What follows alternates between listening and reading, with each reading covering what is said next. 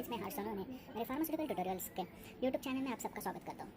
मैं आज पढ़ने जा रहा हूँ आपको फार्मास्यूटिकल जूरिस्प्रूडेंस में से ड्रग और कॉस्मेटिक एक्ट 1940, जो कि सबसे बड़ा चैप्टर है और अक्सर सबको हार जाता है।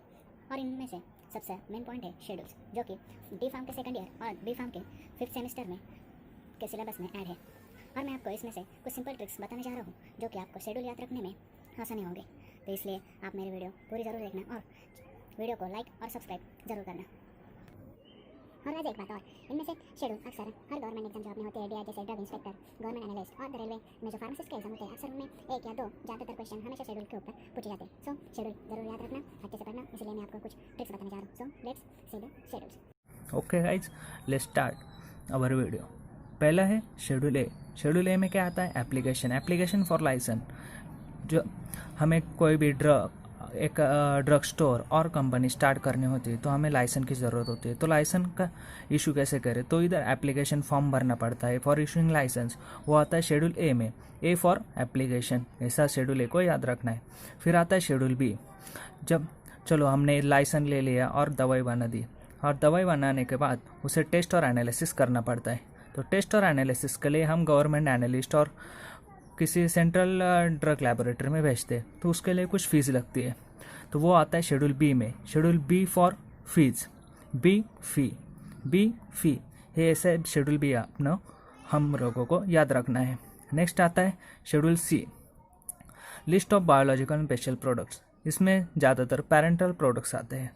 पेरेंटल प्रोडक्ट्स मतलब जो इंट्रावेनसली दिए जाते हैं, वो हमें याद रखना है। ये सबसे इजी शेड्यूल है, बायोलॉजिकल एंड स्पेशल प्रोडक्ट्स, जो कि इनमें सिर्फ पेरेंटल प्रोडक्ट्स आते हैं। नेक्स्ट आता है शेड्यूल डी। तो शेड्यूल डी कैसे याद रखना है? डी मतलब दीदी। जैसे कि समझ लो हमारी दीदी है, जो हमारे रूम में कभी भी आ सकते हैं, जा सकते हैं, वो फुल अथॉरिटी होती है उनको, जैसे किसी की परमिशन की ज़रूरत नहीं होती। वैसे ही शेड्यूल डी में वो ड्रग आते हैं जिनको इंपोर्ट एक्सपोर्ट करने में किसी भी प्रोविज़न और किसी भी एप्लीकेशन की ज़रूरत नहीं पड़ती, जो फुल फ्रीली को इंपोर्ट किया जा सकता है और एक्सपोर्ट किया जा सकता है। वो ड्रग्स आते हैं शेड्यूल डी में। शेड्यूल डी याद रखें, डी मतलब दीदी को जैसे परमिशन होती है, कभी भी आ सकती है, जा सकती है हमारे रूम में, वैसे शेड्यूल डी के ड्रग्स होते हैं, कभी भी आ सकते हैं, कभी जा सकते हैं, उनमें कोई भी प्रोविज़न और परमिशन की ज़रूरत नहीं पड़ती। वो हो गया शेड्यूल डी। नेक्स्ट आता है शेड्यूल ई। नेक्स्ट है गाइज शेड्यूल ई। शेड्यूल ई में आते हैं वो सब्सटेंस जो पॉइजनस होते, जो पॉइजनस एक्ट में आते हैं, वो है शेड्यूल ई में से। शेड्यूल ई कैसे याद रखें? जैसे पॉइजनस सब्सटेंस है, किसी ने ले लिया तो अगर उसको पॉइजन सब्सटेंस ले लिया तो उसको बाद में से उसके मुंह में से कुछ झाग आएगा, कुछ उसको तकलीफ होगी, तो उसको वो कैसे एक्सप्रेस करेगा? ई वगैरह उसके मुंह में से निकलेगा। वो ऐसा याद रखें, शेड्यूल ई पॉइजनस सब्सटेंस। ई मतलब देखो थोड़ी अलग सी फीलिंग आती है ई में से, तो याद रखने का पॉइजनस सब्सटेंसेस। ओके गाइस, तो पहले शेड्यूल हो गए, वो अच्छे से पढ़ लीजिएगा। और हम स्टार्ट करते हैं शेड्यूल एफ। शेड्यूल एफ, इसमें provision application for blood bank होती है। इसको कैसे याद रखें? Schedule F for fruit, F for fruit. Fruit खाने से क्या होता है? ब्लड बढ़ता है। ब्लड किससे रिलेटेड है? ब्लड बैंक, ब्लड कंपोनेंट से। तो ऐसे याद रखने का, provision application for blood bank, fruits खाओ, ब्लड बढ़ाओ, blood bank. Okay, then schedule F1, provision application for vaccine. जैसे F1 में एफ के उल्टा है। F1 में क्या है? जब खून कम होता है, जो हमारे बॉडी में ब्लड नहीं बढ़ता, तो हमें क्या करना पड़ता है? वैक्सीन्स लेनी पड़ती है, वैक्सीनेशन करना पड़ता है। जैसे बच्चों में टीकाकरण वगैरह कराते हैं, वैसा वो है F1 में provision application for vaccine. F2 में क्या है? Standard for surgical dressing. जैसे खून बहुत बढ़ रहा है, तो हमें खून बह रहा है तो क्या करना पड़ेगा? ड्रेसिंग करनी पड़ेगी। तो उसमें F2 में क्या आएगा? Surgical dressing. खून बढ़ रहा है, ड्रेसिंग करनी पड़ेगी। खून कम है, वैक्सीनेशन करना पड़ेगा।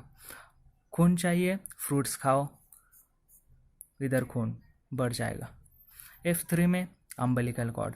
जो अम्बिलिकल कॉर्ड होती है, वो कट होने के बाद बहुत सारा खून बहने लगता है, तो उसको कंट्रोल के लिए अम्बिलिकल टेप चाहिए।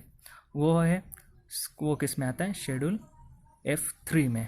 तो 1 2 3 4 और ये चारों का चारों ब्लड के रिलेटेड है। ओके, ऐसे याद रखो इसको। Then schedule F standard for ophthalmic preparation. इधर एफ है, इधर एफ का मीनिंग क्या था, फ्रूट्स। इधर एफ फ्रूट्स मतलब फ्रूट्स खाओ और फ्रूट्स खाओ, खाते रहो। और ऑप्थेल्मिक प्रिपरेशन मतलब जो हमें हमारे आँखों में डाला जाता है। तो आँखों में डालने के लिए, आँखों में क्यों डालते हैं, क्योंकि नज़र हमारी कमज़ोर होती है। तो फ्रूट्स खाओगे तो नज़र बढ़ेगी, इसकी ज़रूरत नहीं पड़ेगी ऑप्थेल्मिक प्रिपरेशन की। तो इसलिए ये याद रखो, यफ फ्रूट्स खाते रहे हो। समझ में आया? तो नेक्स्ट है शेड्यूल जी। शेड्यूल जी में list of substance required to be taken only under the supervision of RMP. RMP मतलब रजिस्टर्ड मेडिकल प्रैक्टिशनर, मतलब हमारे डॉक्टर्स। शेड्यूल जी में आता है